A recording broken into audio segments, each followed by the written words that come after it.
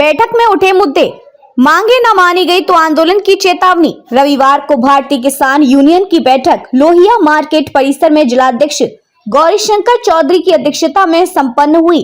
बैठक में किसान समस्याओं पर व्यापक विचार विमर्श के साथ ही अधिकारों के लिए संघर्ष की रूपरेखा पर विचार किया गया। भाकियू के पूर्वांचल अध्यक्ष अनूप कुमार चौधरी, प्रदेश सचिव दीवान चंद पटेल, पूर्वांचल उपाध्यक्ष शोभाराम ठाकुर, मंडल अध्यक्ष महेंद्र कुमार चौधरी, मंडल उपाध्यक्ष जयराम चौधरी आदि ने बैठक के बाद पत्रकारों से बातचीत में कहा कि केंद्र और उत्तर प्रदेश की सरकार किसान हितों के प्रति गंभीर नहीं है। वक्ताओं ने मांग किया कि गन्ने का मूल्य 500 रुपए प्रति कुंटल करने के साथ ही फसल सुरक्षा के लिए जंगली और जानवरों पर रोक लगाया जाए।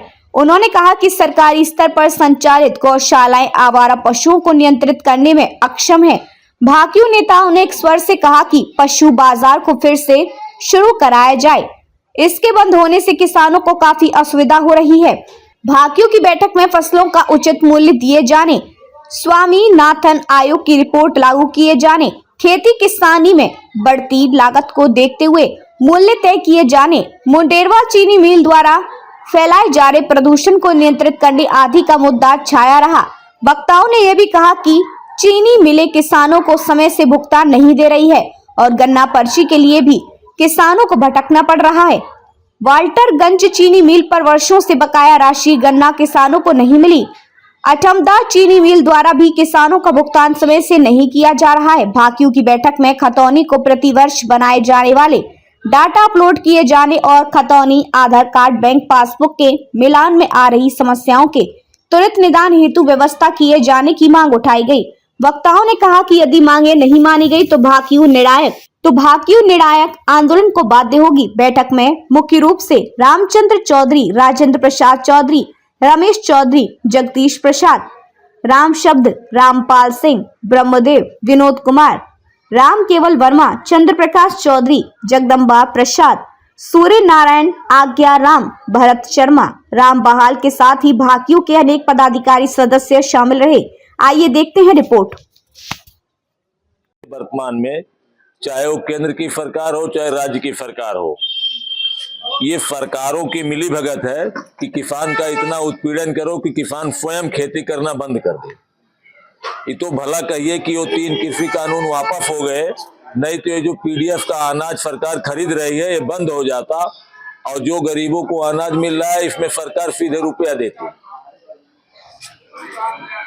उसके बाद लागत इतना बढ़ गया है, मजदूरी इतना बढ़ गया है खेती में कि गन्ने का किसान परेशान है। 80 रुपया कुंटल छिलाई दे रहा है, समय से उसको पर्ची नहीं मिल रही है। गन्ना क्रय केंद्रों पर 150-150 रुपया कुंटल उतरवाई मांगी जा रही है और गन्ना पैदा करने के बावजूद अभी रुधौली चीनी मिल का देख लीजिए बहुत बड़ा बकाया है। अभी दिसंबर में भुगतान 1-2 दिन का हुआ है। रुधौली के बगल में गोविंदनगर चीनी मिल है, वहां भी लंबा बकाया 17-18 का है। किसान कैसे प्रोग्रेस करेगा जब सरकारें सही दाम नहीं देंगी? यही प्रधानमंत्री मेरठ में कहे कि गन्ने का दाम 400 रुपया कुंटल होना चाहिए। विधानसभा चुनाव में विगत जब 22 में चुनाव हुआ और तब से 4 साल बीत गया। इस साल गन्ना किस रेट पर बिक रहा है सरकार ने अभी तक कोई भाव अधिकृत रूप से घोषित नहीं किया। सीजन खत्म होने को है। यही परिस्थिति है। संगठन का काम है आंदोलन करना, लड़ना। संगठन लड़ रहा है, आंदोलन कर रहा है, लेकिन ये सरकारें मान कहाँ रही हैं? ये तो सरकारें अराजकता की स्थिति में है। किसान के पास रास्ता क्या? किसान के पास खाली एक रास्ता है कि किसान को आंदोलन करना पड़ेगा। आंदोलन के अलावा और किसान के लिए कोई रास्ता नहीं है। आंदोलन या चीनी का कटोरा कहा जाता था। बहुत सारी चीनी मिलें थी, किसानों का चीनी मिलों का एक रिश्ता था। ये अचानक ये रिश्ता टूट कैसे गया? पहले जैसे किसान गन्ना बोता था तो गन्ने का दाम उसको ठीक ठाक मिल जाता था, तब तक तो ठीक था। और धीरे धीरे जब समय बदलता गया महंगाई बढ़ गई और इसलिए लोगों का, किसानों का गन्ने से मोह भंग हो गया। किसानों ने गन्ना बोना कम कर दिया। यही समस्या आती गई। धीरे धीरे जा रहे हैं, गन्ना नहीं बो रहे, किधर जा रहे हैं? अब किसान या तो गन्ना छोड़ दे रहा है, धान गेहूं वगैरह पैदा कर रहे हैं लोग, क्योंकि खाद्यान्न का संकट धीरे धीरे बढ़ता जा रहा है। खेती से मोह कम हो रहा है, इसलिए खाद्यान्न का जो हो रही है उसको कुछ रेट मिल जा रहा है किसानों को। नहीं, ये तिलहन की इतनी मांग है, हमको भारत जैसे देश को आयात करना पड़ रहा है, तो कारण क्या है? अब देखिए, जंगली जानवरों की वजह से जो तिलहन की फसल होती थी, जंगली जानवर उसको बर्बाद कर दे रहे हैं, जिससे किसान को तो धान और गेहूं पैदा करने में कुछ तो मिल भी जा रहा है, नष्ट कर दे रहे हैं, उससे किसान को पूरा नुकसान हो जा रहा है, पूरी फसल बर्बाद हो जा रही है। गौशाला का कोई लाभ किसानों को नहीं मिला? नहीं, गौशाला का लाभ क्या, तो सरकार को लाभ हो रहा है।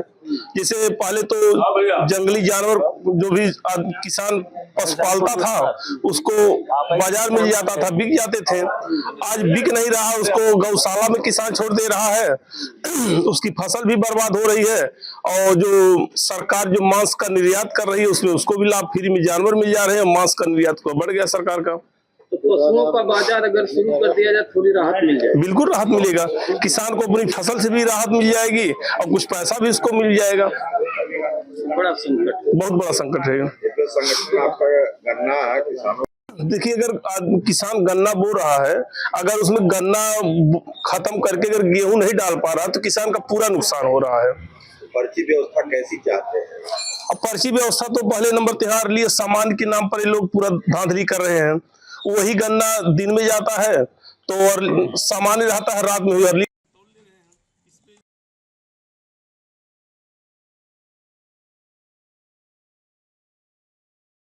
अब यहाँ देखिए, चीनी मिल वालों से जब बात होती है, कहते हैं सारा गवर्नर लखनऊ से हो रहा, हमारे हाथ में कुछ नहीं है, सब व्यवस्था वहीं से चल रही है। जिले के अध्यक्ष हैं आप, क्या कर रहे हैं? व्यवस्था बदलने के लिए क्या कर रहे हैं? भाई अपना बेबाक खबरों के लिए हमारे YouTube चैनल को सब्सक्राइब करें। देश प्रदेश एवं स्थानीय खबरों के लिए हमारे वेबसाइट www.bntlive.com पर लॉगिन करें। साथ ही Facebook, Twitter, Telegram, Instagram, LinkedIn पर भी फॉलो कर सकते हैं। धन्यवाद।